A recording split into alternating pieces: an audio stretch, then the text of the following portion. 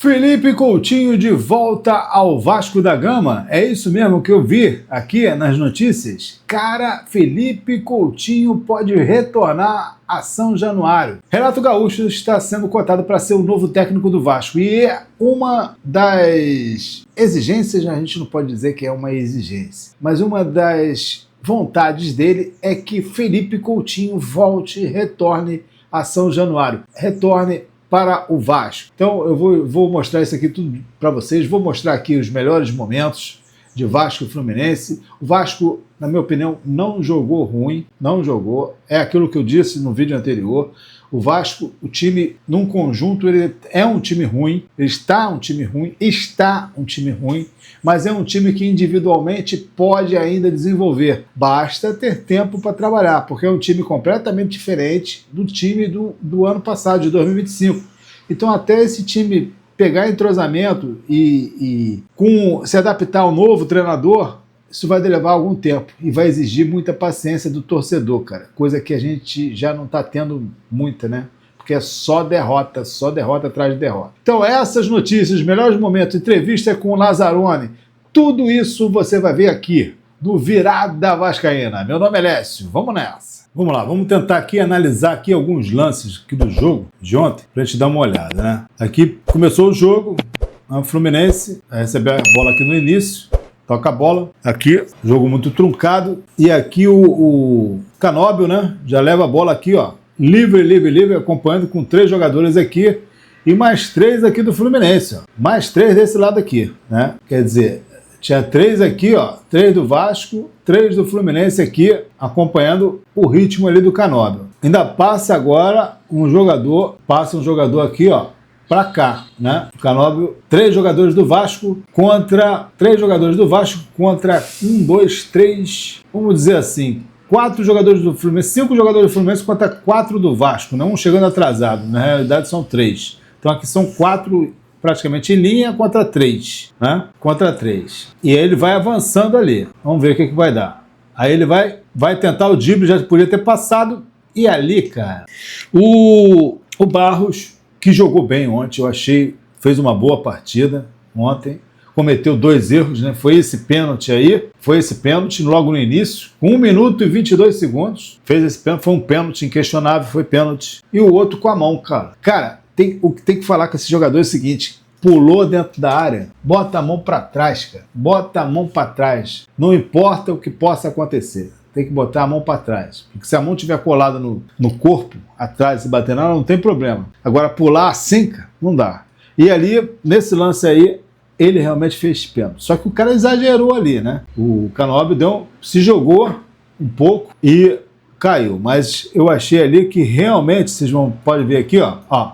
Vamos ver aqui. Ele vai ficar rolando ali até o juiz marcar ali. Aquele crente que o cara ia fazer, e o Fluminense logo no início ia ter uma boa vantagem, né? Aí eles ficam reclamando e tal, aquele negócio todo não adianta, o cara já marcou, eu nunca vi um juiz voltar atrás depois de marcar alguma coisa, é muito difícil isso. Aí você vê aqui, ó, todo o desenrolar da trama, ó, desde o início, ó lá, todo mundo do Vasco lá atrás, né? Todo mundo lá na frente, né? Aí ele veio com velocidade, o Canóbio é rápido. Ainda teve a opção aqui, ó, de mandar para o outro jogador que cruzou para cá, para a direita. Ele preferiu seguir em frente, viu que só tinha um pela frente, que era o Robert Renan. Chegou o Barros ali, o Barros botou ali e deixou um pouco ali, ó, o pé, né, cara? Pouca coisa ali. Ele exagerou um pouco, mas de qualquer maneira atingiu, foi pênalti. Aí na hora de bater, vou acelerar aqui, na hora de bater, o cara bateu, né, cheio de palhaçada, né? O cara foi bater cheio de palhaçada, tal de Renê. Cadê? Ó, foi bater aqui, né? Vamos ver aqui. Ele batendo. Pera aí, antes dele bater, deixa eu ver aqui como ele foi pra bola. Olha só, olha como é que ele vai pra bola. Cheio de palhaçada, olha lá, fazendo mó palhaçada. Aí o cara vai e bate, ó. Olha o que ele fez. Jogou a bola fora. Aí ficou com cara de bunda, né? Cara de bunda olhando a merda que ele fez. Aí bateu ali no chão, tá com um buraco aqui. É um bundão, né, cara? Quis dar uma de curtir uma em cima do Vasco e acabou se dando mal. Tudo bem, aí bateu o pênalti. Perdeu, é ruim mesmo. Olha lá, é ruim, perdeu, acabou. pronto, sai fora, vai embora. Aí continua a partida. 7 minutos, primeiro tempo, jogo pra lá, jogo pra cá. Thiago Mendes, cara, jogou muito. Thiago Mendes jogou muito, junto com, de novo, com o André Gomes. Foi eleito o melhor jogador na partida, André Gomes. E Thiago Mendes, ali no meio, agora é imprescindível ali no Vasco. Thiago Mendes, cara, tá jogando muito. Barros também tá jogando muito. Cometeu esses 2 pênaltis, mas também tá jogando muito. Por isso que eu digo, o Vasco não tem um time muito ruim. Não tem um time ruim. Tem que ajeitar esse time. Ó, pela esquerda lá, David. Sempre David, ali pela esquerda, ó. Opção, 4 jogadores do Fluminense, 2 do Vasco entrando. Aliás, são 6 aqui, ó. 4 em linha, 2 aqui chegando na marcação. Sem só o David. O David vai passar pra quem aqui, ó? Pra quem? Tá longe. Longe pra caramba. Vamos lá, ele cruzou a bola. Cruzou a bola, chegou, cara. E esse jogador aqui evitou o gol. Porque aqui eu acho que era o Puma, né? O Puma ia marcar o gol. Puma ia marcar o gol. Ele sai fora aí, ó. Aí já o nosso amigo Léo Jardim saindo de bola ali, que toda vez que o Léo Jardim vai sair de bola, eu fico nervoso pra caramba. Aí recebe aí o David sozinho, ó, bate. O David também tá fora de ritmo também, né? Muito tempo parado, entra pouco, isso aí prejudica o andamento do jogador também. Mas mesmo assim ainda foi melhor do que o Brenner e o outro que entrou. Aí, ó, essa saída aqui, ó, essa saída do Léo Jardim é complicada pra caramba. Toda vez que o Léo Jardim vai dominar a bola com o pé, cara, eu fico com um fiozinho na espinha. Muito complicado. Aí, ó, pegou o Canóbio de frente, o Léo Jardim ainda se ajeitando ali, ó, parado, mas aí já tinham marcado a falta ali no cidadão ali. Olha só, essa saída aqui, esse negócio toquezinho com o Léo Jardim, cara, isso tinha que acabar, cara. Sacanagem não. Evitou o Barros ali, evitou, né?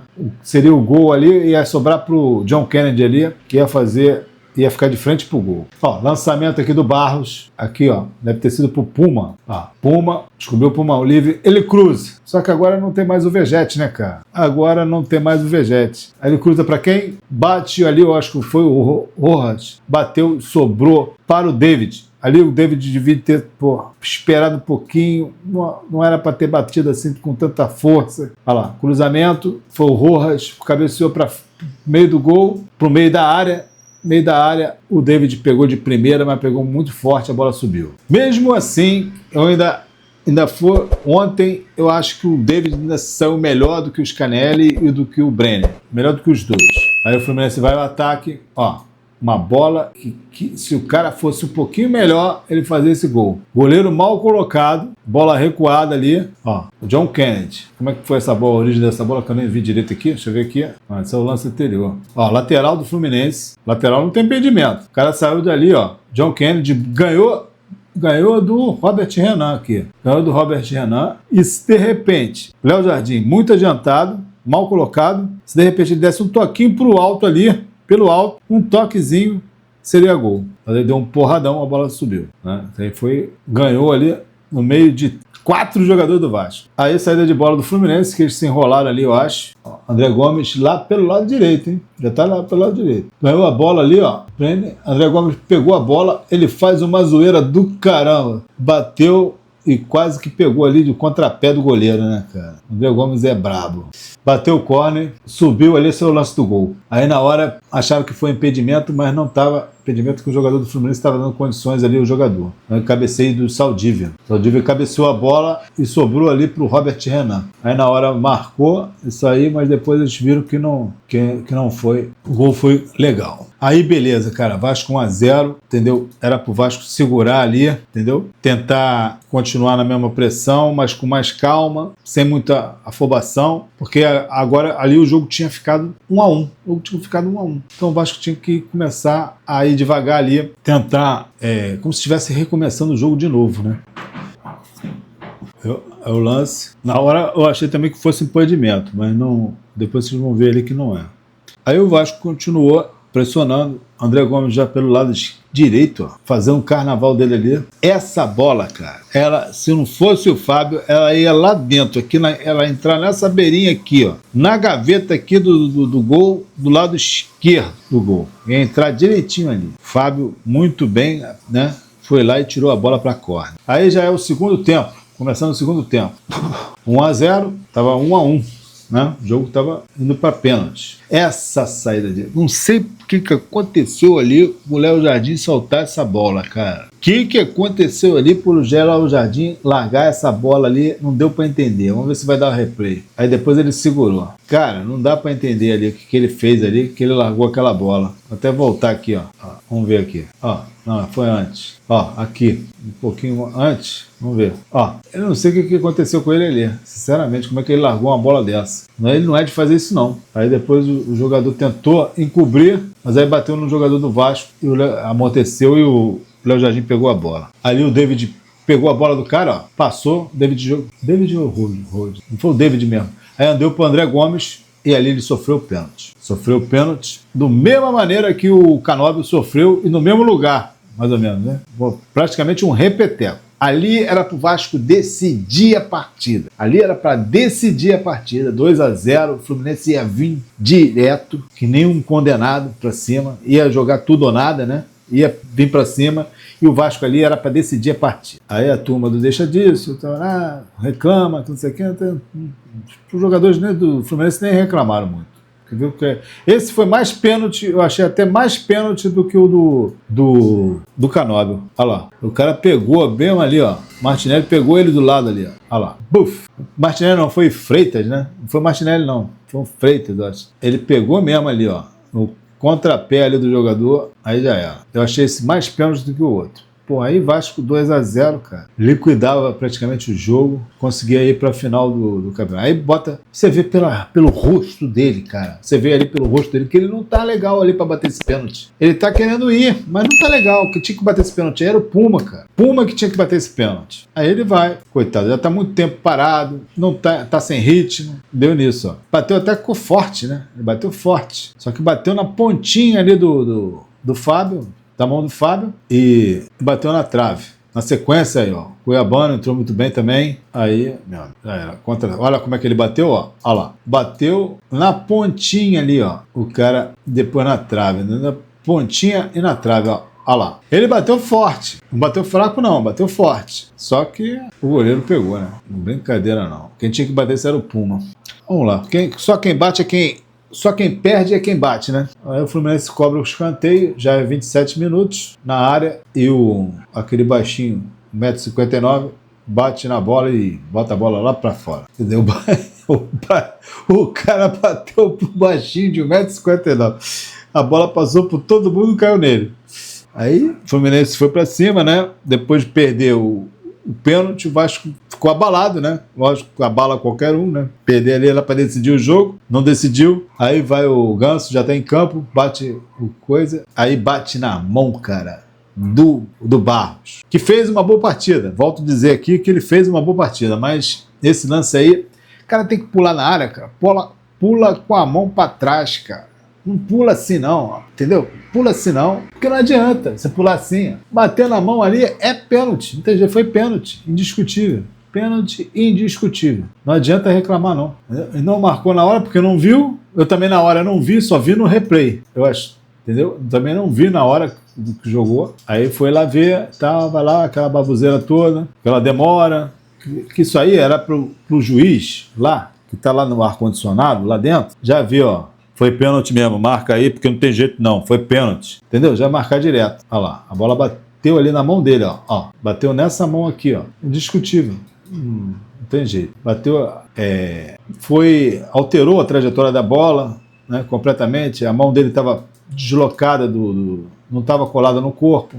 Olha lá, entendeu? Alterou a trajetória da bola. A bola ia para lá e poderia sobrar aqui para o jogador do Fluminense que estava aqui. Quer dizer, alterou. Dois motivos. A mão não estava colada no corpo e alterou a trajetória da bola. Pênalti indiscutível, não tem jeito. Né? Fez uma boa partida, não apaga a boa partida dele, mas cometeu esses dois erros aí que custou a classificação do Vasco. Né? Aí vai ficar repetindo. E vão bater o pênalti. Aí quem vai bater o pênalti é o cara que quase não perde pênalti. O cara com essa marca aí, ele tem 12 pênaltis batidos, 11 convertidos. Né? É o melhor do time, o melhor batedor de pênalti do time. Botaram o cara para bater. Tá certo. O Vasco, quem tinha que te bater? Quem era o melhor batedor do Vasco no momento? Puma. Né? Ele que tinha que ter batido. Tudo bem. Agora já era, já foi. Aí vai lá o Ganso, que bateu já 12 vezes, só errou um e vai fazer mais um.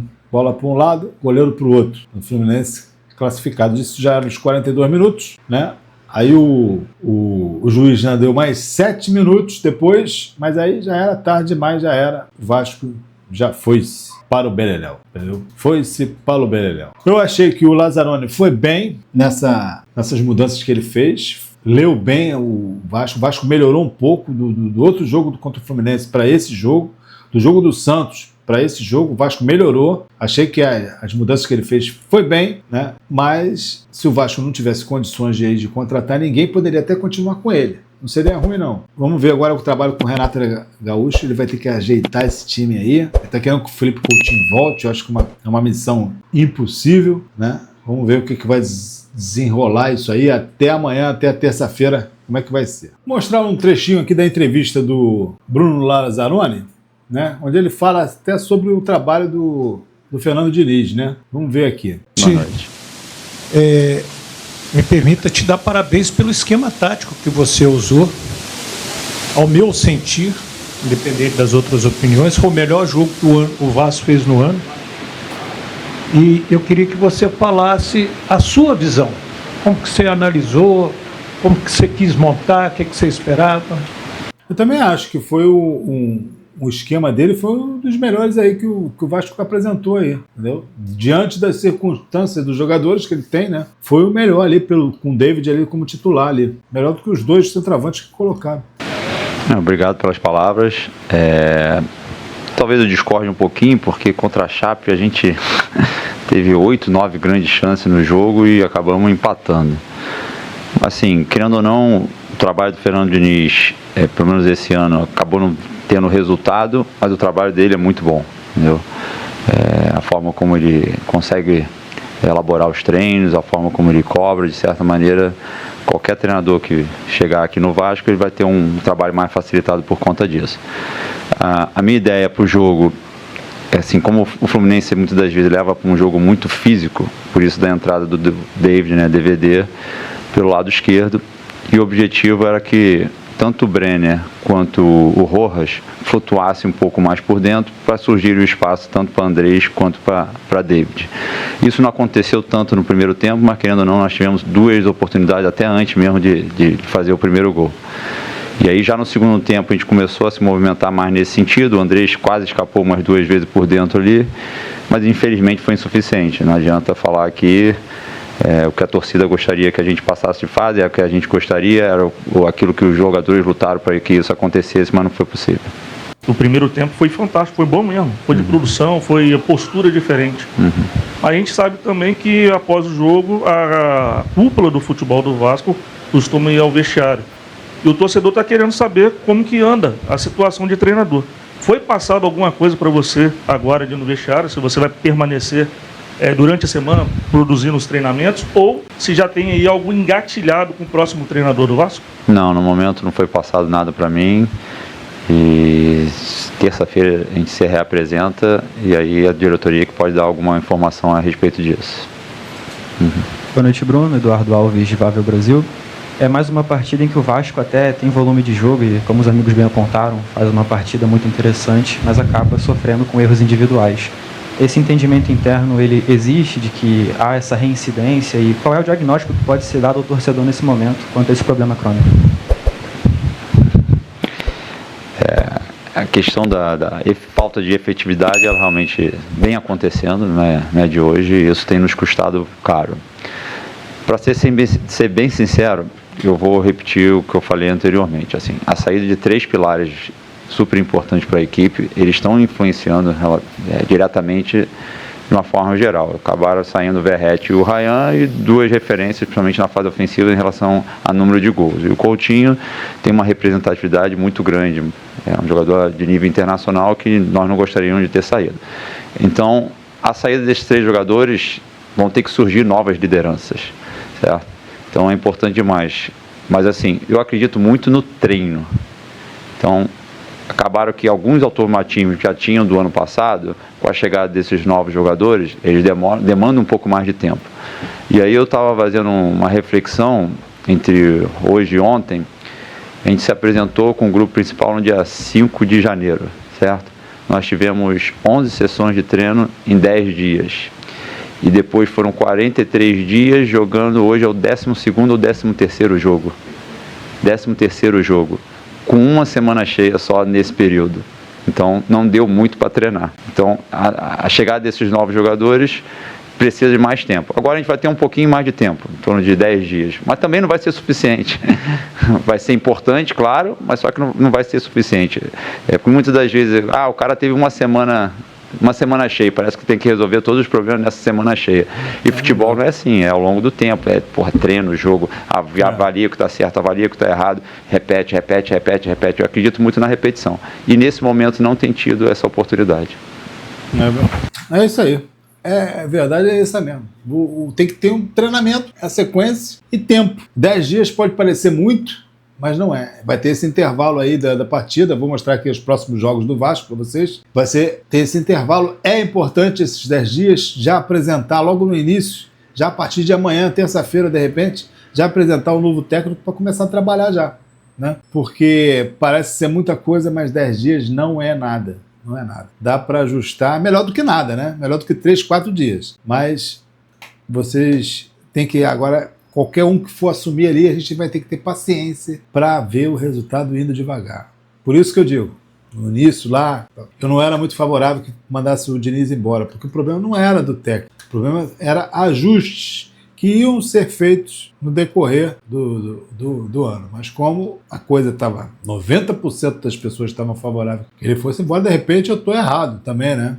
Eu também erro. Eu estou aqui falando para vocês, mas a minha opinião não é a verdadeira. Né? Minha opinião é a minha opinião, né? Não é o certo. E 90% das pessoas, 90% dos torcedores do Vasco dizendo para ele sair, então a gente tinha que mandar ele embora, né? Vamos mandar ele embora, vamos colocar outro. E espero agora que o Renato consiga resolver o problema, né? Já que a filha dele, né, disse aí numa entrevista, o meu pai vai resolver o problema do Vasco. Então, vamos lá, vamos torcer para que ele resolva. Vou mostrar agora para vocês os próximos jogos do Vasco. Agora, a coisa que eu não acredito é que o Felipe Coutinho volte para o Vasco. Hein? Isso aí é uma coisa que eu não acredito. Embora seja vontade do Renato, ele vá conversar com ele, mas isso é uma possibilidade muito remota do Felipe Coutinho voltar para o Vasco. Bom, o negócio é o seguinte, a diferença salarial entre a proposta que o Vasco fez a Renato Gaúcho e a real é de apenas 300 mil reais. É apenas não, é 300 mil reais. Né? O Vasco, a staff do Renato Gaúcho, falou que menos do que ele ganhava no Fluminense, que é 1,5 milhão, ele não aceita negociar com o Vasco, nem com qualquer outro clube. E o Vasco, a proposta que o Vasco chegou foi de 1,2 milhão de salário, um pouquinho mais do que ganhava o Fernando Diniz, que era em torno de 1,1 milhão, né? Então, tá esse impasse e deve ser resolvido isso ainda hoje, no dia de hoje, na segunda-feira, dia 2 de março, para o técnico, de repente, começar já a assumir o elenco que retorna amanhã da folga do jogo de ontem contra o Fluminense e já deve retornar com o treinador. Enquanto isso, o Vasco também está falando com o Roger Machado, tratando com o Roger Machado sobre uma alternativa, né? Já que não consiga acertar com o Renato Gaúcho, já tem essa segunda opção que seria o Roger Machado. E o Arthur Jorge, parece que o empresário do treinador já disse que não virá. Arthur Jorge não virá para o Vasco. Então, o próximo jogo do Vasco é contra o Palmeiras, né, em São Januário, no dia 12/3, numa quinta-feira, às 19h30. Depois, próximo compromisso vai ser contra o Cruzeiro, no dia 15. Vai ser no domingo, às 8h30, contra o Cruzeiro no Mineirão. Outra pedreira, né? 7ª rodada, Vasco vai pegar o Fluminense numa quarta-feira, dia 18. Vai ser no Maracanã.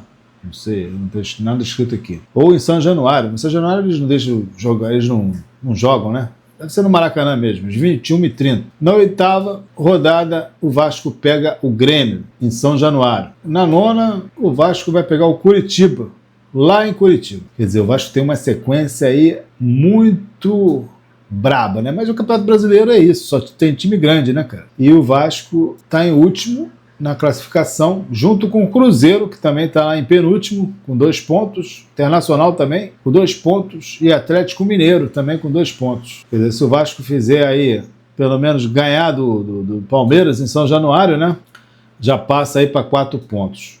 O Vasco não pode pensar em outra coisa a não ser em vitória, né, contra o Palmeiras. E vamos torcer que resolva logo esse caso aí do treinador o mais rápido possível. Se vocês gostarem do vídeo, deixa aquele like, se inscreva aqui no canal e aqui é do Virada Vascaína. Vamos nessa!